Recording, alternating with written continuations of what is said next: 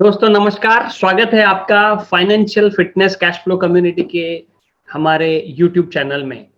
आइए दोस्तों, कल फ्राइडे का दिन, शुक्रवार का दिन रोलर कोस्टर डे के रूप में रहा स्टॉक मार्केट के लिए। आइए सबसे पहले आपके साथ स्क्रीन शेयर करते हैं और फिर हम समीक्षा करते हैं शुक्रवार की बाजार की, और ये भी समीक्षा करते हैं कि सोमवार को हम क्या कर सकते हैं।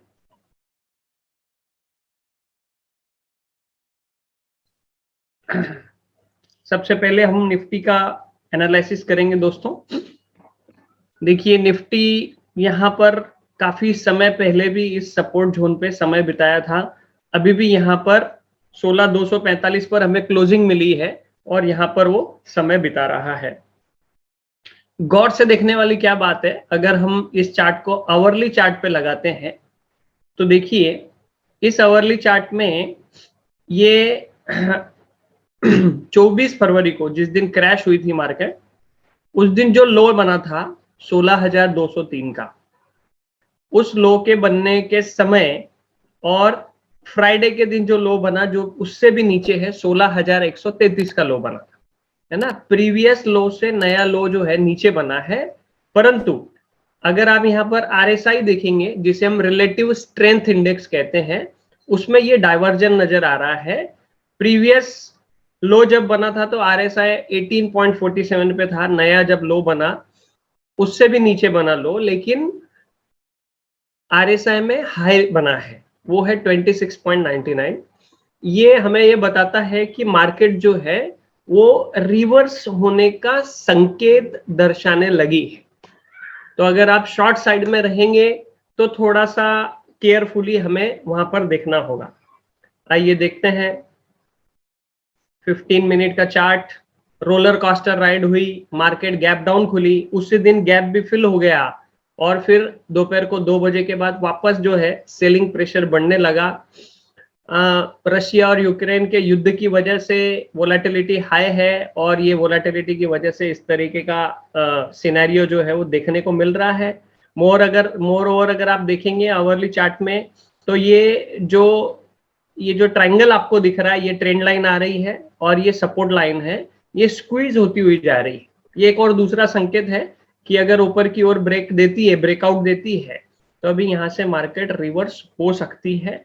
अदरवाइज अगर सेंटिमेंट खराब है, गैप डाउन हो जाता है, नीचे जाने लगती है, जैसे कि रोज ही हम देख रहे हैं, लगातार युद्ध के सेंटिमेंट की वजह से बाजार नीचे नीचे की ओर जा रही है। अगर कोई भी पॉजिटिव न्यूज आती है युद्ध के वार्ता को लेकर, तो हम यहाँ पर डाइवर्जेंस को देख रहे हैं कि यहाँ से मार्केट जो है रिवर्स हो सकती है। बैंक निफ्टी ये एक चैनल में देखें आप फंसा हुआ है, ये एक चैनल में डाउन ट्रेंड में ये चल रही है। हालांकि निफ्टी का थोड़ा सा चार्ट अलग है, डाइवर्जेंस बैंक निफ्टी में भी नजर आ रहे हैं, लेकिन ये एक चैनल में हमें नजर आ रहा है। ये आवरली चार्ट है। डेली चार्ट पे अगर हम देखें तो ये भी लगभग उसी सपोर्ट लेवल पे वक्त बिता रही है। मेक और ब्रेक लेवल हमारी कल बात हुई थी और यहाँ से अभी ये नीचे जाती है तो नेक्स्ट सपोर्ट 33,300 के आसपास हमें मिलने की संभावना है। और सबसे पहले 34,000, ये यहाँ भी 34,000 से 34,094 से घूमी थी बाजार, तो पहला टारगेट 34,000 के आसपास, उसके बाद 33,300 दूसरा सपोर्ट लेवल है जो कि आप यहाँ पर देख सकते हैं। तो ये बैंक निफ्टी का चार्ट है। 15 मिनट का चार्ट देखें अगर, तो ये स्विंग हाई बनाया 35,097 का और 35,097 से ऑल द वे 34,376 पे इसकी क्लोजिंग हुई है। पूरा रोलर कोस्टर डे हमें देखने को मिला दोस्तों। इंडिया विक्स की बात करें, जैसे अभी हम डाइवर्जेंस की बात कर रहे थे, तो इंडिया विक्स जो है 26.74 पे ये नजर आ रही है। अभी उस दिन 30 के ऊपर थी, तो अभी यहाँ पर भी जो है वोलेटिलिटी कम होती हुई नजर आ रही है, बिलो 30 आ गया है। कुछ स्टॉक्स दोस्तों हमने बात की थी, उन स्टॉक्स में अगर हम देखें, टेक महिंद्रा सबसे पहले हमने ये आपको बाइंग के लिए दिया था। टेक महिंद्रा, आइए इसकी लेवल निकालते हैं। देखिए, कल हमने ये बात की थी कि ट्रेंड लाइन टूट करके ऊपर ट्रेड कर रहा है और 15 मिनट के चार्ट पे देखें तो जैसे मार्केट गैप डाउन खुली थी,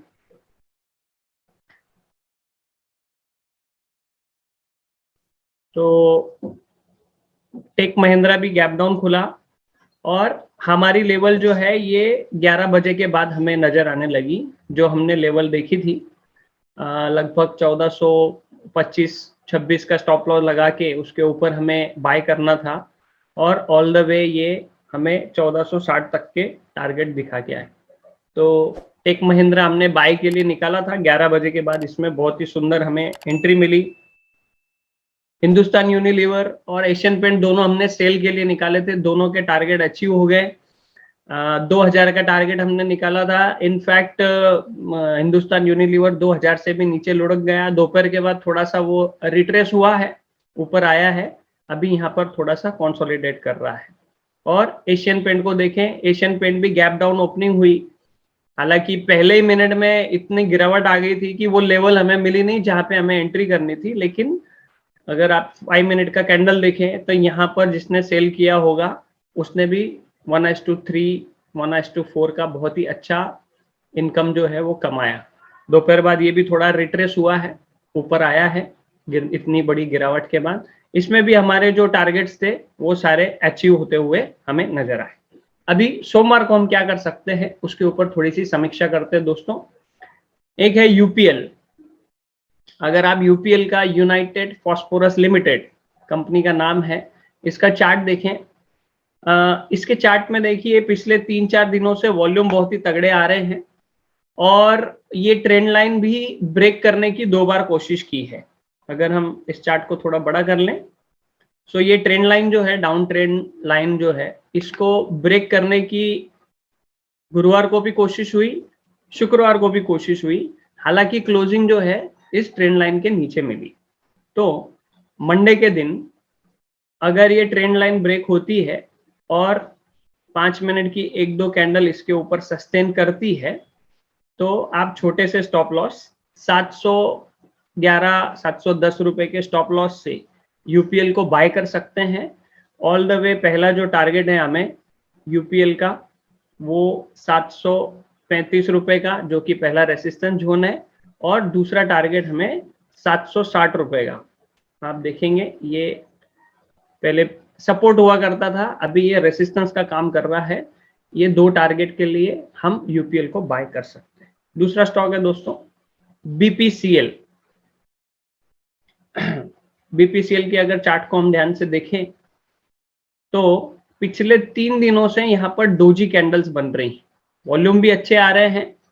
तो बायर और सेलर कंफ्यूज जब हो जाते हैं, बायर ऊपर नहीं ले जा पाते हैं, सेलर नीचे नहीं लेकर जा पाते हैं, तो ऐसे समय में यहाँ पर डोजी कैंडल फॉर्म होती है। तो पिछले आप देखेंगे 3 दिन से ये डोजी कैंडल फॉर्म हो रही है, वॉल्यूम्स भी अच्छे आ रहे हैं और ये खरीदी के हिसाब से अच्छा स्टॉक नजर आ रहा है। इसने हाई लगाया था 351 का। अगर मंडे के दिन ये 351 के ऊपर सस्टेन करता है तो आप 345 का छोटा सा स्टॉप लॉस लगा के इसको ट्रेड कर सकते हैं। सबसे पहला जो टारगेट होगा इसका, दिस विल बी 357 का टारगेट पहला, और उसके बाद ऑल द वे आप इसका दूसरा टारगेट भी देख सकते हैं 375 के आसपास। तो ये पहले सपोर्ट लेवल का काम किया 357, अब ये रेसिस्टेंस का काम कर रहा है। जैसे ये टूटता है आप 375, 378 के टारगेट के लिए भी बीपीसीएल को बाय कर सकते हैं। तो तीसरा स्टॉक है भारती एयरटेल। आप देखिए भारती एयरटेल इतने समय से ये अभी यहाँ पर तीसरी बार सपोर्ट ले रहा है यहाँ पर, लेकिन क्लोजिंग नहीं हुई। यहाँ भी क्लोजिंग नहीं हुई, लेकिन अभी तीसरी बार जो है बिल्कुल इसी लेवल पे क्लोजिंग हुई है। 653 के आसपास हमें क्लोजिंग भारती एयरटेल की मिली है। तो चार्ट में ये काफी वीक नजर आ रहा है। अगर आपको ये 650 का लो लगाया इसने, जो कि एक राउंड लेवल है, मंडे के दिन 650 के नीचे अगर ये ट्रेड करते हुए आपको 5 मिनट की कैंडल नजर आती है तो अगर आप देख सकते हैं तो इसका जो टारगेट है ऑल द वे यहाँ तक है, 625 के टारगेट तक के ये जा सकता है। अगर गिरावट इसी तरह जारी रही तो 625 के टारगेट देखने को आपको इसमें मिल सकते हैं। दोस्तों, अगर आपको हमारा एनालिसिस पसंद आया हो तो कृपया हमारे चैनल को सब्सक्राइब करें, लाइक करें, अपने दोस्तों के साथ शेयर करें और अपना थोड़ा-सा अमूल्य समय निकाल कर आपके कमेंट भी इस वीडियो के नीचे लिखें, ताकि हम आपके लिए ज़्यादा से ज़्यादा बेहतरीन सेवाओं को प्रदान कर सकें। बहुत-बहुत धन्यवाद।